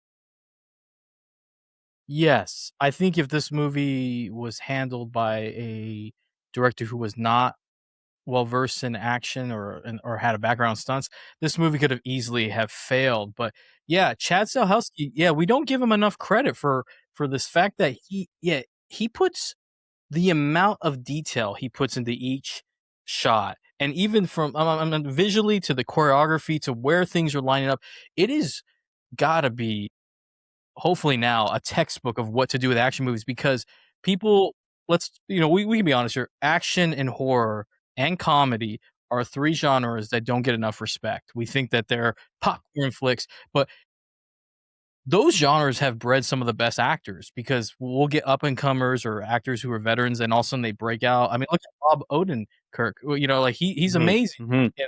bad, but then there's nobody. You're like the skill level, but Yeah. yeah, like we don't give anybody involved in those movies enough credit, and I think Chad Stahelski has continuously gotten better with each movie. But in this particular movie, yeah, I forgot too that he's a first time director, and he Hmm. absolutely kills it because everything is top tier. They're even Hmm. with the budget, they didn't half-ass one thing, and that's why this movie holds up well. And you did mention another thing that you did mention was the story of John Wick. That's one of my highlights. Is the way it's told through the acting and how it's shot, and so how it's edited, where we get look at John Wick, and then he takes that sledgehammer and he's breaking that. And it's interesting because you brought up something too about like there's this legend about him, and the thing about legends and stories about people that are like infamous like John Wick, either you believe it or you don't, or you really don't care. You're just like, I'm just gonna get paid. Hmm. I'm in the category of I believe it. I don't know. He gives me a vibe. He might be the most chill guy, but let me tell you, the chillest people are the worst to make angry Oh because yeah. there's no filter. Like they just go, after a while they've had enough. So I love that particular that you brought that up because that's one of the highlights. Because that story where the son's like, "What's the big deal? He's a fucking Yeah. Yeah. nobody, Yeah. Yeah. Yeah. nobody." And then legend, Yeah. which I'm glad you shared that. I did not know that part of the story about that they were going to show it. Glad they didn't because Hmm. we don't get to see it Yeah. because it's gonna live up to the hype within a 10 to 15 minutes later or 30. It's gonna get where you're like, oh my god, that's the guy. That's the guy who had the dog that died. Um, Another highlight for me is the action, right? Obviously the action, but that club Hmm. shootout, I don't Yeah. know what Yeah. it does to me, Logan, but it is like it is poetry in motion the way I get Hmm. excited because when my girlfriend and I were gonna watch the third one, her full family, I think they all saw John Wick or a few of them hadn't. And my ex was like, "What's the big deal?" My girlfriend, she goes, "What's the big deal?" And I said, "All right, let's watch him." And if you remember the first John Wick, it's a little slow build up. It's not too long, but it does take its time and Hmm. marinates. But once it gets going, though, then you Yeah. understand. So remember her being like, "Oh, that's messed up. They killed a dog." Like, okay, what's gonna happen? Like, what's the deal with these movies? And when the action really finally commences, she goes, "Oh my god, who is this guy?" And I'm like, "That's the guy who kills somebody with a pencil. Three people with a pencil. Like, it's crazy." So yeah, the direction, the action. I think Keanu Reeves. I used to be very harsh on him, particularly this movie, which I'll bring up later on why. But he does play this role really well. One of the highlights of this movie is how they have really good actors like Willem Dafoe and John Leguizamo. And any other movie would have they would have worked day and night to preserve these guys, and one of them is preserved. But William Dafoe, right? Like most franchises, like even if they don't know if it's going to get a sequel or not, they're like, we got to keep him. They Yeah. don't Case. Yeah. movie. They're like, we're gonna go there. But the thing that really makes John Wick really powerful, and it's not as talked about because of the insane action and the choreography, is really the emotional aspect of the story. Like, we all feel for him with the dog, but when you really think about it, this is a man in pain, and that's why we gravitate toward John Wick. That's why we support him. That's why we're cheering as he's murdering all these people because Yeah. he just wanted to grieve his wife. They killed his dog. It's personal, and so, yeah, those are some of the highlights. Now, this is the flip side of it. Was there anything about John Wick that you don't like? The only, and this is probably a matter of personal taste or maybe just a minor, and I kind of thought it when I first saw it. Upon rewatching, it doesn't really. I don't think I feel the same way about it. When I first watched it, I thought the final fight felt a bit anticlimactic. Um, and I felt like it either should have been something bigger, like more epic, maybe in length or in, sequence, or because Vigo is initially not the original source of the antagonism, right? It's Yos. I felt like, I mean, I guess, you know what I'll do is I'll reference Out for Justice, the Seagal film from 1991. So you have William Forsythe, who's like the big, and at the end, he just beats shit out. Like, it's not even a fight. Like, he just murders him, basically. I felt like it should have almost been like that. You know what I mean? Like, just like, okay, well, I'm gonna, you're no competition for me. Just like a blowout, not even a competition, right? So I just felt it kind of, I don't know. But again, that's a very minor like critique, and to be honest, upon rewatching it a few days ago, I didn't feel this. Like, I think it's still a pretty good sequence, and I think it also shows there's a mutual respect there between them. Do you know what I mean? You see that at the, like I said, like Vigo's not the initial source of the problem. It was his son. But then, Vigo has this, like, I guess, sense of loyalty that, well, it's my son. I'm gonna have to go to bat for him, even though he's an idiot and he did this, he got himself into this. But then eventually you see Vigo just sheds that. He's just eventually, because he realizes, oh wait, no, we can't beat this guy. Okay, yeah, just here, he you can find him here, and then he goes and kills him there. But I just think, yeah, the ending fight felt a bit flat for me. But it's a very, very minor critique. It's funny when you brought up that last part. I heard Ving Rhames, his iconic quote from Pulp Fiction, where he's talking to Butch. He's like, "You're gonna lose this fight." He goes, "No, don't screw this up. Don't let Pride. Now, when Pride starts fucking with you, that's Yeah, exactly with Vigo. yeah, With yeah, after he yeah. done the Pride, which I would have told. Actually, I'll bring this up in a second. But yes, what you were saying though about the final, the final scene between Vigo and Wick, it's really hard to really see that going, like, because we've seen John Wick massacre everyone. Yeah, I was thinking when I originally saw it, I was like, maybe he'll put up a better fight, but I guess it didn't bother me as much. But looking like understanding your point, yeah, it is kind of like it's really not as exciting. It's exciting until they go at it, like the whole him going through Right. all, but then they get Yeah, there. yeah. Yeah, The he's like, chase and all that stuff is fantastic. Oh yeah, the lead up to it. Yeah, absolutely. On the pier is great. That's great stuff. yeah, and then we get to the fight, and then like he's clearly losing, and then he starts saying things like, "What happened to us? We were civilized men." It's like, Vigo, you're the reason why this all went down, because you could have solved this instantly if you didn't let pride get in the way. But yeah, yeah, the last fight is not the greatest. Yeah, I will agree.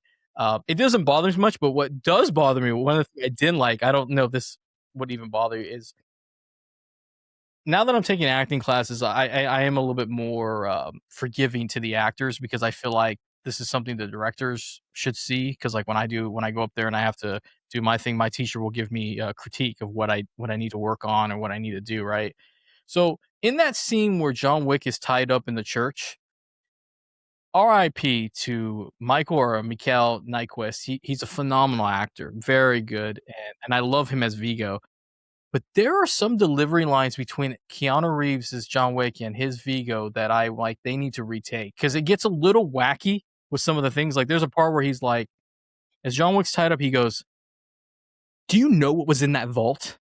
And he's like, I had the whole city on lock. It was priceless. Perfect. And then he goes, priceless.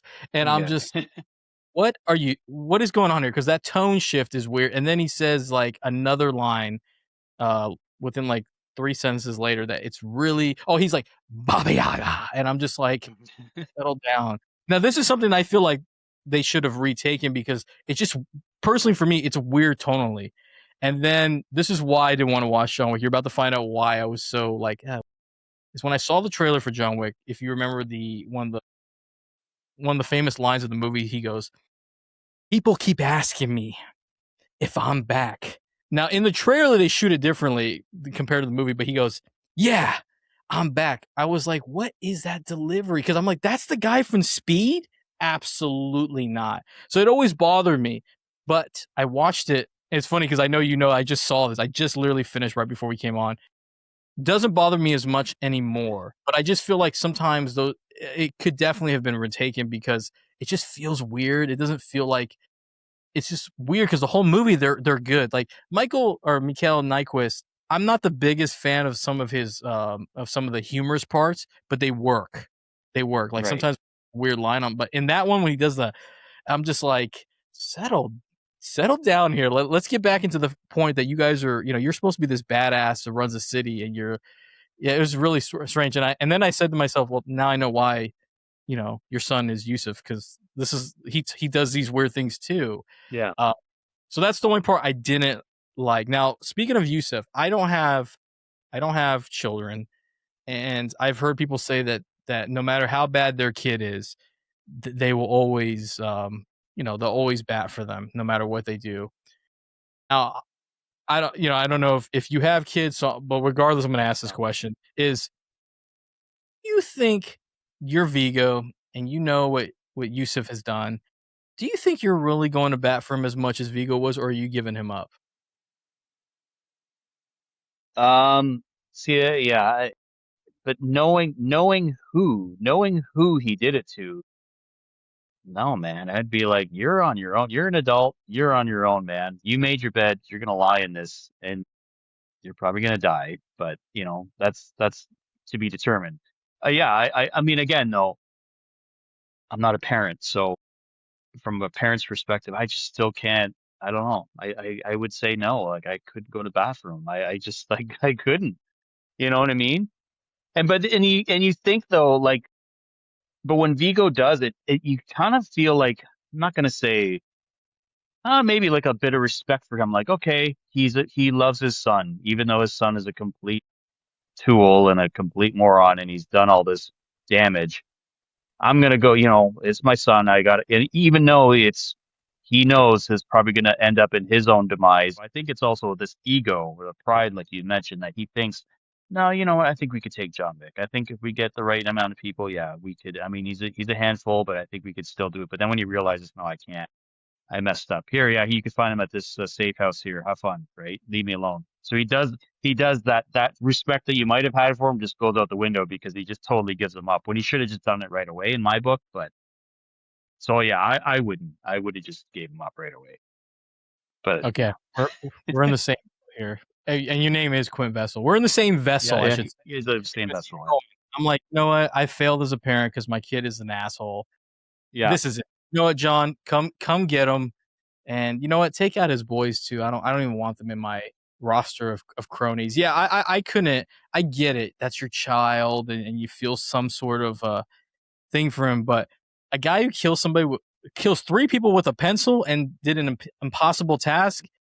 This is not an impossible task. Just let him take out your son. So now, moving on to the action, hmm how would you classify? Is it grounded, over the top, maybe a mixture? Uh, see, I don't find it over the top. Um, like when I think of over the top, I'm thinking, and in a good way, I'm thinking of a film like Sisu, right? Like that's over. I don't know if you've seen those films, but those are over the top.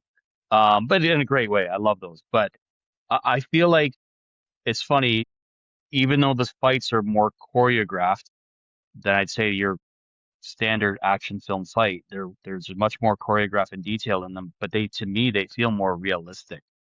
in terms of like guys, like, there's a lot of like, grappling for, jockeying for position, grappling for the gun, when they're doing like this sort of like the judo rolls and all that sort of stuff. It feels more like realistic, like a realistic confrontation. In terms of that, the confrontations as opposed to like a staged like fist fight or whatever. Like they typically, somebody gets punched and they go through a window, and you know what I mean. It's very. I feel like those types of sequences feel more over the top for me. But this, no, I feel like it's grounded. I think if anything could be classified as over the top or perhaps unrealistic, it would be, getting sideswiped by a car and getting up, or getting thrown off in the red circle and he gets thrown down like 3 floors and lands on a hard floor. And I mean, like he got up from that. That's, but I can suspend my disbelief, no problem. I buy it. I'm like, okay, he's John Wick. He can get thrown from 3 floors above and he can walk away from it. He's in pain, he feels it, but he survived it, right? So, yeah, but it doesn't. I feel like it's grounded for the most part. I love that you point out something that helps. Like I sometimes over the top can be a little too much for me, but it works in this movie because of the legends. That's why when he does the outrageous, he Yeah, falls, he shoots the guy who he hits with the car, and he somehow is able to hit him correctly through the roof of the car from while he's driving it. yeah, yeah. It's a legend, and that's why it's okay. I think it's grounded and realistic. I love the fact that there are limitations to John Wick. Like he is the ultimate weapon, but he is vulnerable. He's still, because he's also a little rusty in these sequences. Yeah, it's very choreographed, but it feels natural. Like when he's getting, they don't speed up the camera. Even Hmm. you can tell a little while, and it works because in these scenarios you don't really know for sure if he's actually gonna get stabbed or smacked, and it's really well done. So yeah, I would say I agree with you. Only a little over top at times, and it works. And it's because they Hmm. minimal use of any CGI. That's another good thing Hmm. too. And the practicality of this movie works. Now, with the with the action, is there what is like a particular, like what is some of your favorite, like, or your favorite scenario in the action sequences? I mean, the whole Red Circle Club, that whole sequence is a masterpiece. That to me, that's the centerpiece of the film. Um, I mean, it's just like from the moment he goes in there and just goes through all these floors looking for him, and looking through Yosef, and the amount of people he takes out is like, I don't know how many, it's a lot.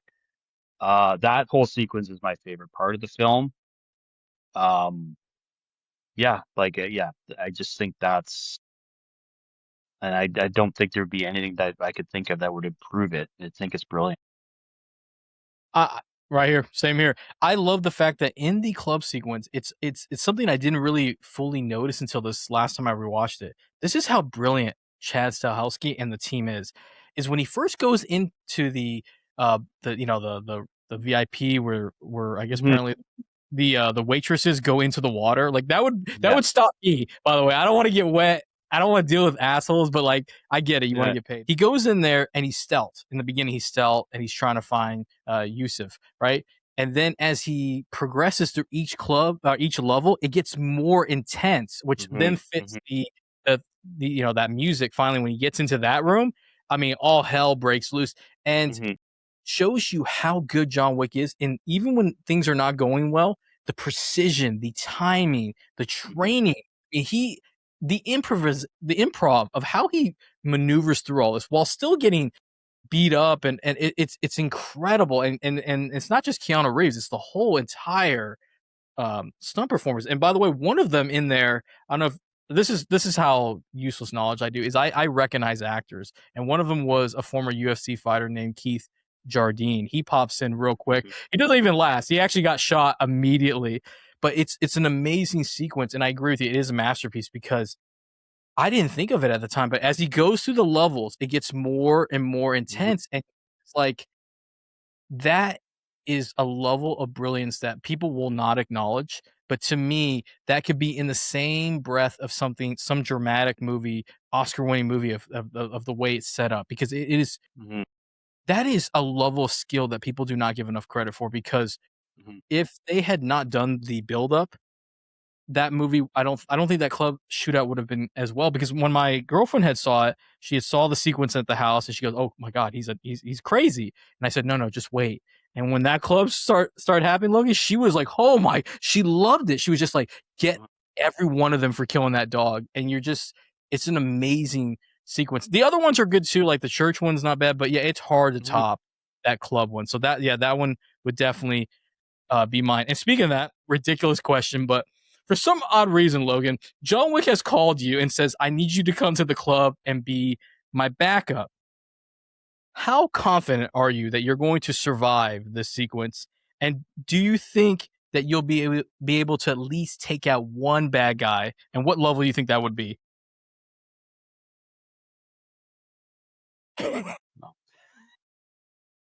I don't know what I don't know what I could offer him really. If I'm being honest, then I want to be honest with myself. No, I don't think I could offer too much assistance to him. Like, and this actually brings up an interesting point. I mean, if we're talking about in terms of realistic terms, like I don't know how to use a handgun. I've never fired a gun. And not to make this a political thing, but like here in Canada, you know, uh, gun culture isn't really, I'm not going to say it's non-existent, but it's probably about two steps removed from that. Like, it's just not a thing, right? I've never fired a gun. I've held a handgun, but I've never fired one. So yeah, I don't know what I could do for him. You know what I mean? Could maybe say, "Hey, that guy over there, him, watch out." You know what I mean? But other than that, I don't think I could do much. Shouting out verbal directions would actually help him, because there's one where I think someone got him, and if you're over here like, "Hey, watch that guy," it's funny. You're about to laugh because this is absolutely ridiculous. I know in America guns are a big deal because of our Yeah. constitution. I've never shot one. I don't believe I've shot one. I may have. I don't know, when I was a kid. But this is ridiculous what I'm about to tell you. I'm somewhat confident that I can get somebody on the second floor before we fully get, maybe going up the stairs. I feel confident that I can get there. But once things get real intense in that one part of the section of the club where Yeah. the music's, I might have to have you and me be in a corner shouting out verbal directions. John, Yeah. yeah, there's a guy on the left. Yeah. I don't know why I think I'm so confident that I'm going to get in there and get one guy. I'll shoot one guy for some odd reason. And I bet you $10 it would be a guy that's already on his way down. And I shoot him and I go, "John, I got one." And he's just like, "Focus, Patrick." Now here's another one. Ed Stahelski tells you, "Logan, I will allow you to try out any action sequence or stunt from this first John Wick movie. And I'm going to film it. No matter how many times you want to try it out, I'll do it." Is there one particular one that you were like, "I'm willing to give it a shot"? I mean, I'd love to do I mean, it's not really combat, but like just him flying around in the Mustang in the airport hangar. I'd love to do that. You know what I mean? Just give it free reign here, you know, that would be cool. Uh, and believe it or not, just with what we were talking about, I would actually like to be shown how to handle like tactical weapons, just to do it, just to see what it's like. You know what I mean? Just to try it out. Yeah, that's, I think that would be my choices, just to go crazy in the car, and then just to like, get some tactical weaponry tutorials and just maybe fire off a few rounds just to feel it. Yeah. You know what? I don't know why I sounded so confident, because I have a feeling during that sequence, Chad's going to be like, "Cut. Patrick, you forgot to reload the gun. This is the fifth take. You reload that damn gun." "Yes, sir." "All right." Keanu's like, "All right, let's go. Take 98. Patrick, do you think maybe you'll actually hold the gun this time?" And I'm like, "All right." But yeah, that would be cool to do, train. I would like to try the stunt sequence where he shoots the guy while he's driving the car. I don't know Oh, why, but right. Yeah. Yeah. yeah, I just want to see how Over far top. Yeah. but with my luck, we'll get through two takes before he goes, "We have no more vehicles. You destroyed every one of the vehicles. You didn't even go near the guy. You can't even drive." And I love that you were honest about it, because you're more realistic than me going, "I'm confident that I'm going in there and getting one guy," which is probably not true. You get to a certain age and you're more aware of your limitations. That's what I'll say. Well, That's what I'll say. I think by the time we get to the club shootout, you and I are both in there. I look over at you, and this is a callback to the earlier in the episode. I'm like, I'm getting too old for this shit. You know what I mean? Yeah. In terms of performances, are there any that stood out to you? I mean, like you said, Mikhail Nyquist, like he's great. He's great as Vigo in that. Yeah, the you know, um, I also liked the Charlie character, the cleaner who comes up, played by David Patrick Kelly, who's probably best known as being playing Luther in the Warriors. And here we go. I'm gonna call back to Commando. He plays Sully in Commando. Um, he's great. He's great in that, and he's in part two. But then, obviously, because of the plot line where John is no longer involved in the society, his services aren't. He doesn't have access to them. So I enjoyed that cameo. It's along with Kevin Nash as the bouncer, Francis. He's in it for like 2 minutes. Yeah, that's a pretty neat. The whole cast is great. And then you have I can't remember the gentleman's name. He's in the hotel who he guards Lance Perkins' Riddick. character. No, the when remember I can't remember the actor's name. Anyway, Okay. it's in the hotel where he guards Perkins while John goes to leaves the hotel, and she ends up like killing him. Yes. He's a Yeah. great character actor, and I should know his name, but he's always good in everything he does. So I mean, the whole cast is great. Yeah, I don't have any particular like favorite performances, but like there's I can't think of any that were like, well, I wish somebody else had played that, or I wish they had played this a bit differently.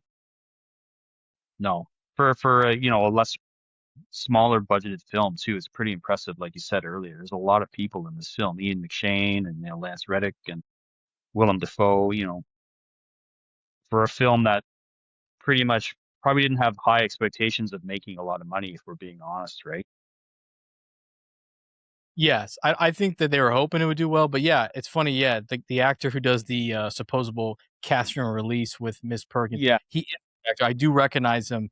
It's funny because as soon as I hear hotel, I assume it's Lance Reddick because he's so good as the hotel in front. But yeah, that actor who played the casting release, I do know who that is too. Very good, and I was sad to see him go because I like that actor.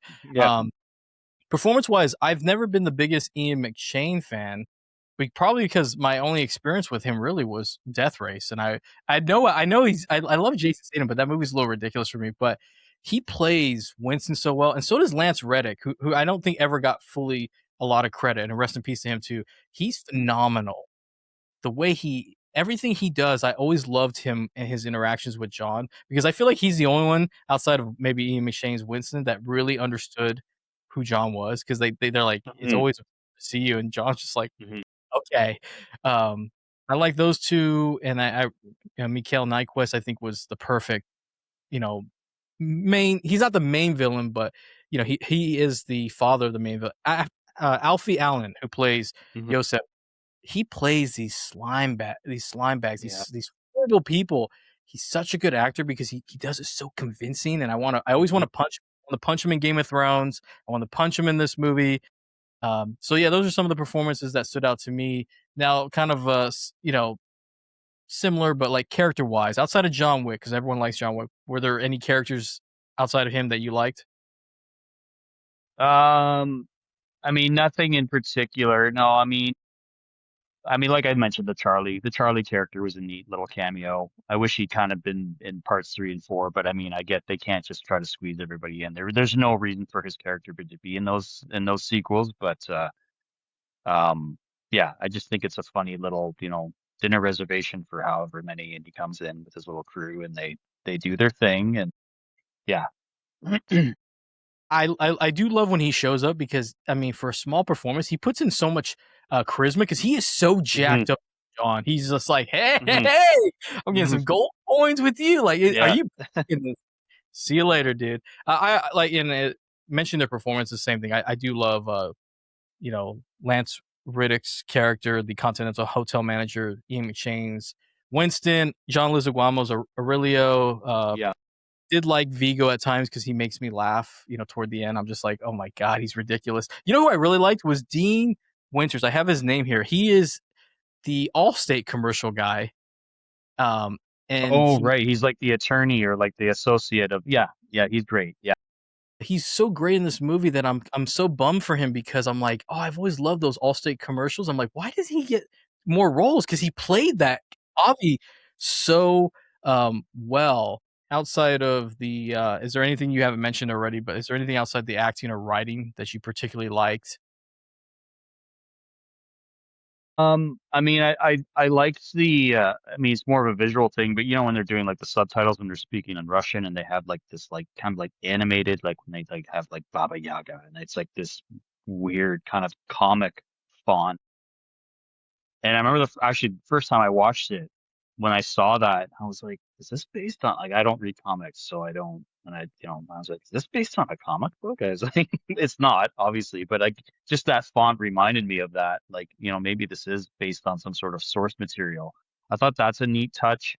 And I do like the humor. Like for me, I'm a big comedy guy, so for me, to really love a film, to really give a film like 5 stars. I don't really review movies, but to give a film 5 stars, there's got to be a bit of humor in it somewhere. And I always appreciate that. So I do like it. Some people might, they might be put off by it, but it's not overdone here. And it's fairly subtle. You know what I mean? It's not like this wacky sort of slapstick.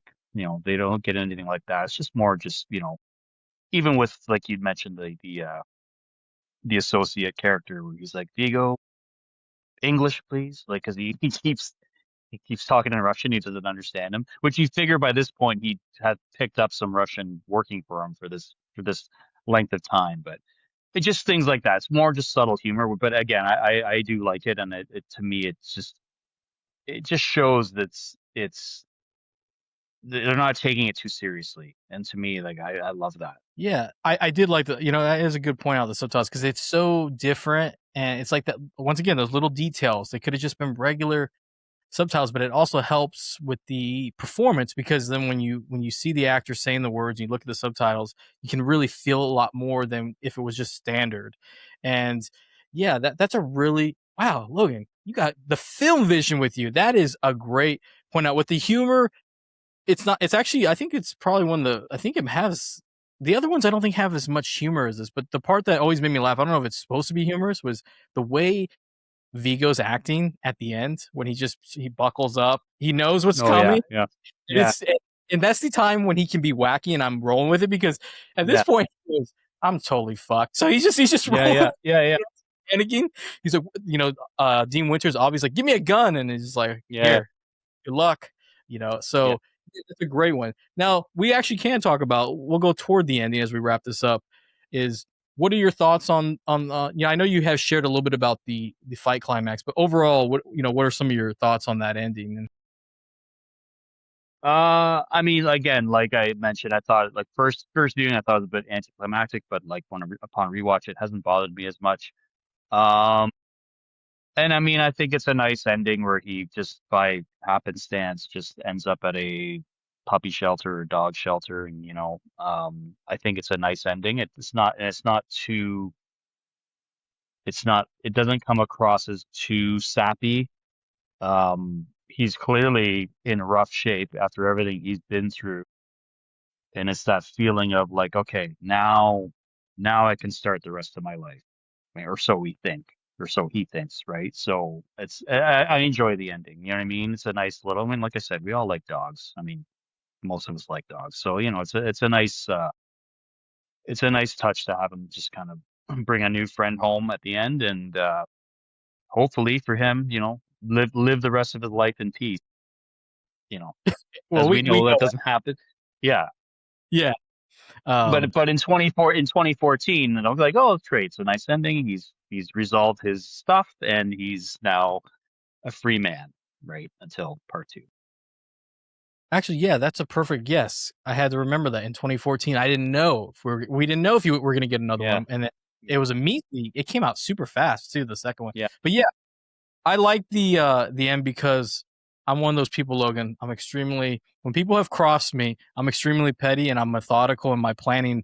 Nothing to this extreme lengths, but I'm waiting, and I love watching John Wick finish that. And as I just mentioned with the Vigo, the whole him being entertained with buckling up drinking, and he doesn't care anymore. It's hilarious because that's a character that knows he's absolutely screwed, but he's still smart enough to let the rest of his crew deal with it first. And I think it's absolutely hilarious, by the way, that Dean Winters, the Allstate guy who plays Avi, he literally dies by getting hit by a car, and he does commercials for cars. Like, I don't know if they did that on purpose, but that is brilliant if that was a coincidence, because it's so funny. Yeah, I'm happy that he got the dog, because if you just leave it at one movie, right, it's a perfect way for him. Now he can finally grieve, and you hope in your mind, you're hoping that this is just a one-off and that he can ride off into the sunset. And if they had left it like that, I think it would have been fine. I think we would have definitely missed out on opportunities, because the chapters get even more insane as they are. But I think it's a solid ending. But going back to what you said earlier, yeah, that last fight between Vigo and him is kind of like, it's like watching, I'm sure you'll remember this movie. It's like watching Grumpier Old Men. It's just watching Walter Yeah, Alex Lemon, because John Wick is so beat up at that point. Like, go at yeah. it. Yeah, I think it's a solid ending. Now, I know that you say you don't really, you just say you don't really review movies, but we're gonna see how this goes here. Out of 100%, what would you rate John Wick? I give it an 87. 87. Solid. Not perfect, but great. I believe that's an A, if I'm not mistaken. It is. I'm actually, I was Yeah. gonna give it.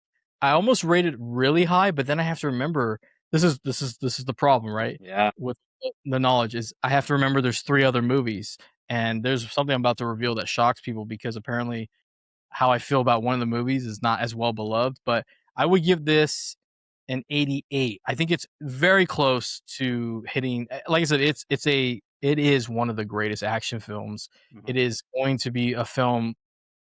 It's revered now, but I think as we get further down the line, people are going to Mhm. look back at the movie and look at it in the same way that people look at Die Hard. I think one day they'll say, like, because like Die Hard Mhm. is greatest action film. It's Yeah. undisputed. That's amazing. But sometimes some people will be like, I don't see the hype, and I'm like, you really need to look at this movie. Take out Yeah. what you've take out your opinionated stuff and look at this movie in the 80s. This is nuts. Mhm. So yeah, I Mhm. definitely would give it an 88. Now here's some questions I'm gonna ask you on this. Oh, actually, you know what? There is one last question. We gotta go back a little bit. Hold on here. I wanted to ask you about some of the deaths. Just tell me real quickly what you thought of them. Okay, we're gonna run through 'em. What'd you think of Perkins' death? Yeah, yeah, it was cool. You know what I mean? They all come out and just like an execution style. I mean, I don't know. Again, I don't fire guns, so I don't know about like crossfire and things like that. If that was I don't know if that's a factor. I can't remember. There was a movie where something like that happened. It wasn't this movie, but like there's a comment or something. Somebody's like, yeah, but they would have taken each other out. The crossfire. This is unrealistic. And I'm thinking, but yeah, it's a movie. Just go with it. Just suspend your disbelief. They're dead. Okay. Like, like this is not reality. This is why we're watching movies, to just escape that, right? Anyway, yeah, but I liked it. It was good. There's a nice visual too. Again, to going back to like with action movies, you don't usually praise action movies for their visuals, but this has got visuals, right? It's some nice shots. Yeah, I clapped. She deserved it. You don't break the continental rules. Yeah. I'm not even in this world, and I know her. Yusuf. Uh, you know what? Again, first impression, I thought, oh wow, like you'd really like to see him just like beat on him for 5 minutes solid, right? But again, I like the fact that he was just about to say it's just a fucking dog, and then he doesn't even get that out, and he's just boom, done. Um, Again, he obviously deserved it. You know what I mean? Yeah, I look the first time I watched that, I was like, oh, I wish he had just kind of beaten the crap out of him a bit more, but you know what I mean? Um, the but I mean, again, it would have been a one-sided fight because let's be honest, he would not have given him any sort of challenge whatsoever. So I do agree with the creative choice of just having him walk up to him and then just put him out of his misery type things. Yes. The way I was clapping with some of these deaths, Logan, you thought I was at the Oscars because I clapped with that one, and I love that last line because you're going to hell, dude. You deserve. Yeah. You don't even get. You Yeah. don't even deserve the final word. And the last death, Marcus, Willem Dafoe's character. Oh yeah, I like that he, I mean, he knows he's doomed, so he just kind of goes out in a blaze of glory and just tries to take out a few goons on his way out, which he does.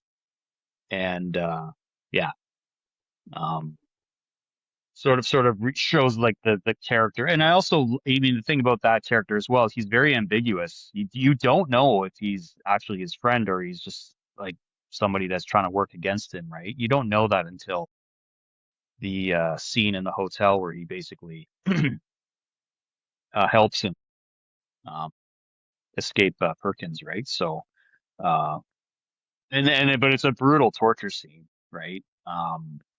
With Vigo and that, and that's where you really start to see, like before that, Vigo's just kind of like he's just the talk, but then you see him there, he's really dishing out punishment, and it's brutal, right?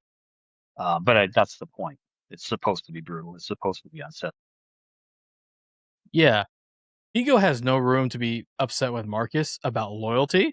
because Marcus has loyalty to John Wick because you're right, they are friends, and you first you believe it, but then throughout it, you're kind of like, well, he accepted that contract, so you're kind of worried that he's not really the friend, but it turns out he is, and Vigo being upset with Marcus, I'm like, okay, Marcus put his faith in the right person with John Wick, who is not really a good person because he was a hitman, but whatever. The point is, he's a good character in this. Your son's an asshole who killed a dog. No offense. I think Marcus was justified. And that's why I was so happy when Perkins died, because Perkins, it represents the worst of the hit person community because she Mhm. doesn't care. She doesn't have Yeah. any, she has no respect for the code that all bad guys, they all have a code, and I love bad guys who have the code. So yeah, I forgot to ask you this, so that was one of the questions. But moving back to this, is this your favorite John Wick film? No. I flip flop between chapter 2 and chapter 4. Um, I mean, I love them both for different reasons. Chapter 4 is very, elongated, and it's just like as over the top and as epic as you can get it. I like the Western flavor into it with the kind of the duel at dawn idea at the end. But chapter 2 just rips from start to finish though. Like right when it's like it, I have to say chapter 2 is probably still my favorite. Um, I love that entire film. I mean, I love them all. Don't get me wrong. I love each film. But chapter 2, yeah, it's like just the pacing and just right from the beginning, right when he's going to get his car back from the impound lot. Um, and it just doesn't let up. Yeah, so chapter 2 would probably be my favorite. Whoa, I don't believe in destiny. I played a character named Destiny actually last night in acting class, so this might go into this, but oh my god, I love chapter 2. I was actually dreading telling you this because people think that's the worst. I love that movie. All Common in the subway. Oh my god, wow. Yeah, So yeah, yeah, I would agree with you. 2, I do go from 2 to 4, sometimes 3 because I love them all, but yeah, 2 to me, I know is like the least favorite, but I've always thought that was yeah. brilliant. I love Um, it. I love it. Now we're gonna speed run through these though. Definitive action movie, yes or no? Yeah, Definitive Keanu Reeves film. yeah, for sure. Is this Keanu Reeves' best film? Whew, that's tough to say. Hmm. I don't know. Speed's really, really good. And I mean, it's completely different genre, but I'm a big Bill and Ted fan. So I don't know. This one in particular, I'm going to say John Wick 1, no, is not his best film, but one of those might be. So I'm going to say no, this is not his best film. That's my answer. It's too hard of a question. Trust me, that was kind of like that puts you in a box. It is hard because I think you and I would say I would agree with you on Speed, Bill and Ted, but I think if you ask most audiences today, they will say one of the John Wick movies. But he has a good body work, or even The Matrix would be another one that I Yeah, would. Matrix. Yeah. So yeah, I will agree. Definitive action movie, definitive Keanu Reeves movie, and that concludes John Wick. And you're gonna laugh, but I always have a commando timer because of who I did the movie with. It's always all my episodes are long, so by the time I cut them, it depends on how long they be in the final cut. But I always feel bad for my guests because they think they're coming on for a movie review, and then they realize that they have to talk about themselves for about an hour. So I appreciate your patience, but It's a I pleasure. enjoy this conversation. We were meant to do It was a this. pleasure. Yes, we were. This is fate happening right here in real time. The only actually, can I do one more recommendation? There's a Yes. fantastic documentary called Wick is Pain. It came out last year. It's a documentary detailing the whole franchise. So even if you're a casual fan of the franchise, it's phenomenal. It talks about the whole beginning and how they struggled to get funding and the whole production. So definitely, if you have not seen that, I highly recommend watching it. I have not, and I'm gonna watch it, and I will put that in the show notes. And if people want to follow you, Logan, aka Quince Mhm. Vessel, I have to let people know you have one of the coolest handles on Twitter. Where can they find you? I'm on Twitter and I'm on Letterboxd. Letterboxd, I'm just under the name Logan, but the same handle, Quince Vessel. And I think I have a link in my Twitter uh, bio as well for that. How ridiculous was that question when I had just said where they can find you? How ridiculous was that question, right? As soon as I said it, I go, "What was the point of me asking this?" But it's just kind of like I always ask it. But thank you so much, Yeah. Logan, for being on. I'm glad that we're Thank you for mutuals. having me. This. Um, I didn't know you were a John Wick Chapter 2 fan, so you definitely have earned more respect and admiration. I'm basically, this is so funny. If I'm just throwing nothing but flowers at you, which is hilarious that we're talking about an action movie, because I've enjoyed this whole conversation. I hope if I'm ever lucky enough to have you come back on, I would love to have you on. Thank you so much for coming on. Yes. Thank you for having me. It's been a pleasure. Thank you so much, Logan, for coming on to the show. And thank you so much for your patience. That episode has been in the can for a long time, and it's finally come out. And I'm happy to say it was an absolute blast having that conversation with you. And hopefully we can get you to come back and do all the John Wicks. I think you should be the only one I do the John Wick movies with. But thank you so much. And also thank you to all of you who've been listening, because this is the end of the episode. And if you like what you heard, and you haven't already, if you're listening to it wherever you're at, podcast app wise, make sure you hit the follow so you can stay up to date when the show drops new episodes. And if you're on the YouTube side of things, make sure you hit the subscribe button and the bell notification to stay up to date when new episodes drop. And our social media platforms at TLC Movies, the same handle across everywhere. You can follow us there. Twitter, Blue Sky, Threads. I don't know why I said those two because I'm hardly on there. Instagram and TikTok. And I didn't mention any of the links because if you go to the show description of any episode or our social media handle, hit the Linktree link, and it will take you to everything. So you can just choose. You don't have to type anything. And that's how you can find our YouTube channel, where we're at on podcast apps, and of course the social media handles. And what else? So more hidden gems of cinema. I should have said that in the beginning of the episode, but I forgot. But more hidden gems of cinema are on the way. And I had teased a new series was going to come out in July. That did not happen.